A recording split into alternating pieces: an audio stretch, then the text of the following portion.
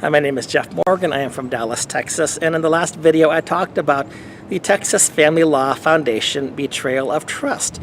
And if you were a patient that was sick and wanted to see your doctor, and every single patient that was sick with sniffles or a cold or maybe had a Charlie horse or whatever reason people go to see a doctor for, if 100% of those patients that went in to see the doctor ended up dead, you would say that this is malpractice.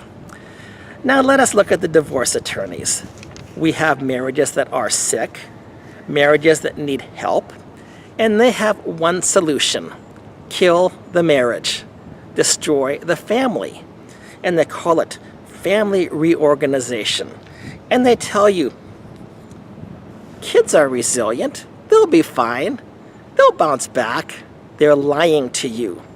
These divorce attorneys, who should be guilty of a criminal action, are lying to you, and they are getting away with it. Now, in this article that I mentioned, The Divorce Reform in Texas, The Path of Reason, written in 1964 by William Morrow, he's talking about the issue of consensual divorce. This is a divorce in which both people say, we mutually want to get a divorce. And these are the marriages that he's saying maybe we can still save them. Maybe these marriages are sick and the marriages can be saved and should be saved. Today, however, we have what is called unilateral no-fault divorce, forced divorce, imposed divorce, divorce on demand, divorce for any reason or for no reason at all. This honest attorney back in 1964 said that we need to help couples even that are going through consensual divorce, whereas today we have divorce attorneys, many of them represented by the organization called the Texas Family Law Foundation. And the president of the Texas Family Law Foundation admitted in public testimony last year before a committee that she is most proud of her position as a lobbyist for the Texas Family Bar. These divorce attorneys are guilty of malpractice. They are guilty of destroying families. They are guilty of ruining the lives of children. They are guilty of perhaps causing some children to never go to college, but it's even worse than that. They're guilty of destroying the parental bonds between father and child or mother and child. They're guilty of seeing some of these people have psychological problems for their entire life. They're guilty of watching kids go into a life of crime in many instances. Girls getting pregnant out of wedlock while they are still teenagers. They are guilty of causing drug and alcohol abuse. These Texas family law divorce attorneys actually put the children of divorce at a much, much, much higher risk for human trafficking. And yet these wonderful divorce attorneys will tell you that they are against human trafficking, even though they themselves are part of the cause and the factor that takes place in human trafficking. So in this paper, this man talks about the religious background and the history of divorce, and he ends up talking about the secularization of divorce in the state of Texas. The church took a position, basically, no divorce. They did permit in a sense, judicial separation. There were a couple of reasons in which the church said, yes, you may be separated. No, you cannot divorce. And by the way, nor can you remarry. And the state took over. Now, the interesting thing that I find about this is that marriages were governed by church law, not by state law. Somehow, perhaps the state thought that they were doing the people a favor by taking over these types of marriages. Perhaps somebody with this prescient view could say, you know what, if we take over this area of marriage and divorce, we can make a lot of money down the road. I don't know what the reason was, but the point is that marriage is a religious institution, and the secular state has taken over marriage and now nullifies vows that two people made before God. You can have two people that have pledged before God in front of many witnesses, in front of their pastor, that they will stay married together till death do them part. And the state of Texas says, no, no, no, no. You can get divorced for any reason or for no reason whatsoever. And by the way, we always 100% side with the person who wants the divorce. Moreover, the way our system works is the person who files for divorce, even if he or she is the cause of the divorce, wins in the divorce. Wins assets, wins money, often wins the children. And that is the heinousness of our divorce laws in the state of Texas. After talking about the transition of divorce from being under the purview and domain of the church to the state, he talks about how the criteria for divorce in Texas has changed only slightly since 1841, and he goes back a number of years here. The underlying concept of our law, as adopted from ecclesiastical court practice, again, marriage was under the domain of the church.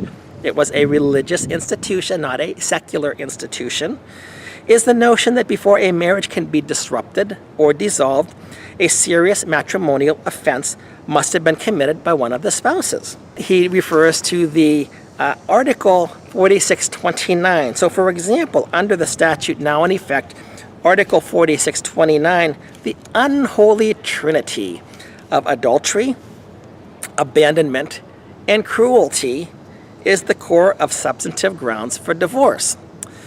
Now, it's very interesting that he would make this argument. He's calling adultery, abandonment, and cruelty bad.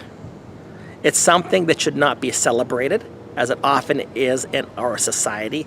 It is bad. It is a substantive cause for divorce. However, today in Texas, we have unilateral, no-fault divorce. You can be divorced if you've done nothing wrong. And not just the way it is. And the state of Texas always sides with the person filing for divorce. In Texas, if you have divorce filed against you, you have no protection, and the state does nothing to help you.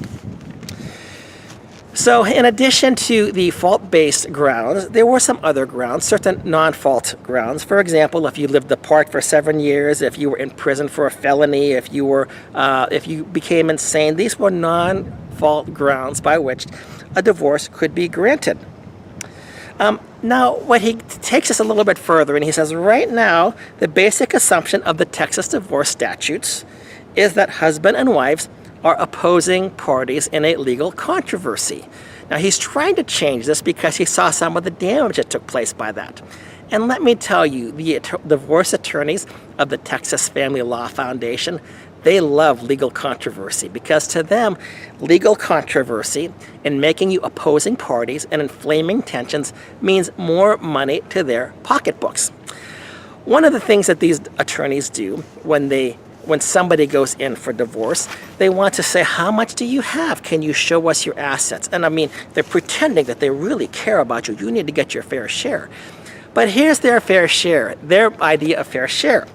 We'll say you have $1 million. Well, 35% at least comes to us, the divorce attorneys, because we're helping you manage your divorce. 35% should come to us. There's an unwritten rule in California among divorce attorneys. Don't go over 40%. You can hurt them at 35%, 36%. If you go over 40%, you may have somebody coming back trying to perhaps kill you.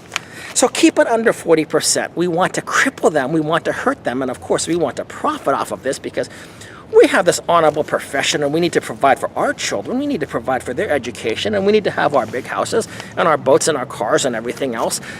So keep it under 35%. So in $1 million estate, $350,000, that's a pretty good price for us. It's a pretty good fee for our work to help you manage your divorce.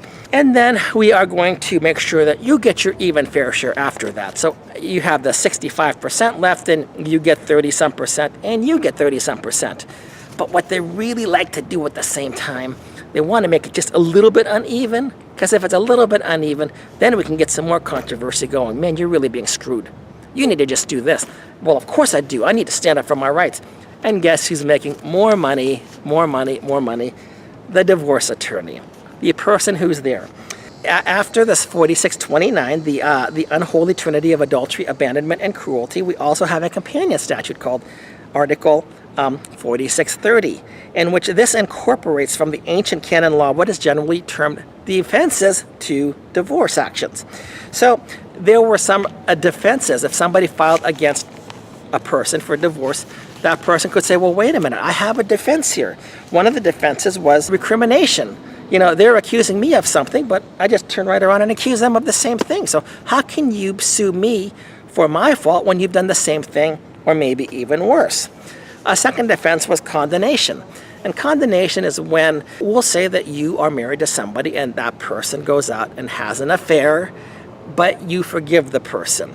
And if you ended up having sex with him or her again, that would be considered condemnation. Somehow, yes, he or she should not have done that, but we've now forgiven them, and that's a defense. I mean, obviously it's a defense. The most intimate act between a man and a woman is now taking place.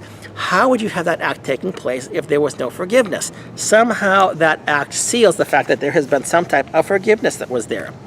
Then there was also the defense of connivance. Connivance is that you are willing to go along with an action for a certain reason. Whatever that reason may be, you basically have a voluntary blindness. You know, I'm not feeling well, you know, something like this, and my husband knows that I'm really not feeling well, so I'm going to go along with this idea that he gets himself a paramour for a while, and that will take the pressure off of me. It will help him out. So you kind of are saying, it's okay, he's doing something that's not right, but I'm okay with that whole thing. That was a defense for divorce. Collusion. Now, this was often called the hotel divorce. So, for example, you had two people that wanted to get divorced, and they would have the collusion or the hotel divorce. And there would be people that would be paid to do this. You could buy them. You'd pay them the money.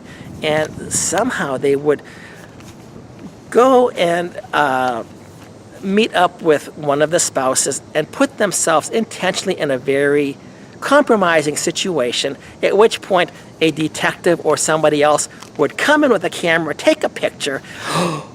Imagine what just happened here. This is collusion. And in this situation, this was for a consensual mutual divorce.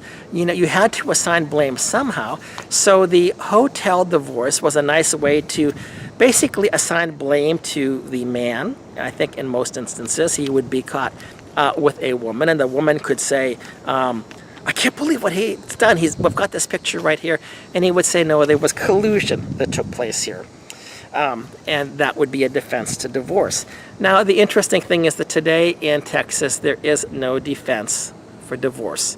You can be divorced for any reason or for no reason. You don't have to have a reason to get divorced in Texas. We have the statute called insupportability. And if you claim that the marriage has become irretrievably broken, it's insupportable, that the marriage relationship cannot achieve what it's designed to achieve, none of this stuff has any solid definition. You can say that the marriage is insupportable, and you will always win the case. You can go into court and you can lie to the judge, and that doesn't really make a difference. Remember, this is family court. Lying and perjury means nothing. You can come up with any reason. You can come up with no reason. You can make up a reason, and you will get your divorce. Back earlier in the 1960s, people had a defense for divorce. In 2018, there is no defense against a spouse who wants to divorce his or her wife or husband and run off with somebody else. There is no defense and no protection to the innocent spouse and to the children of divorce. Thank you.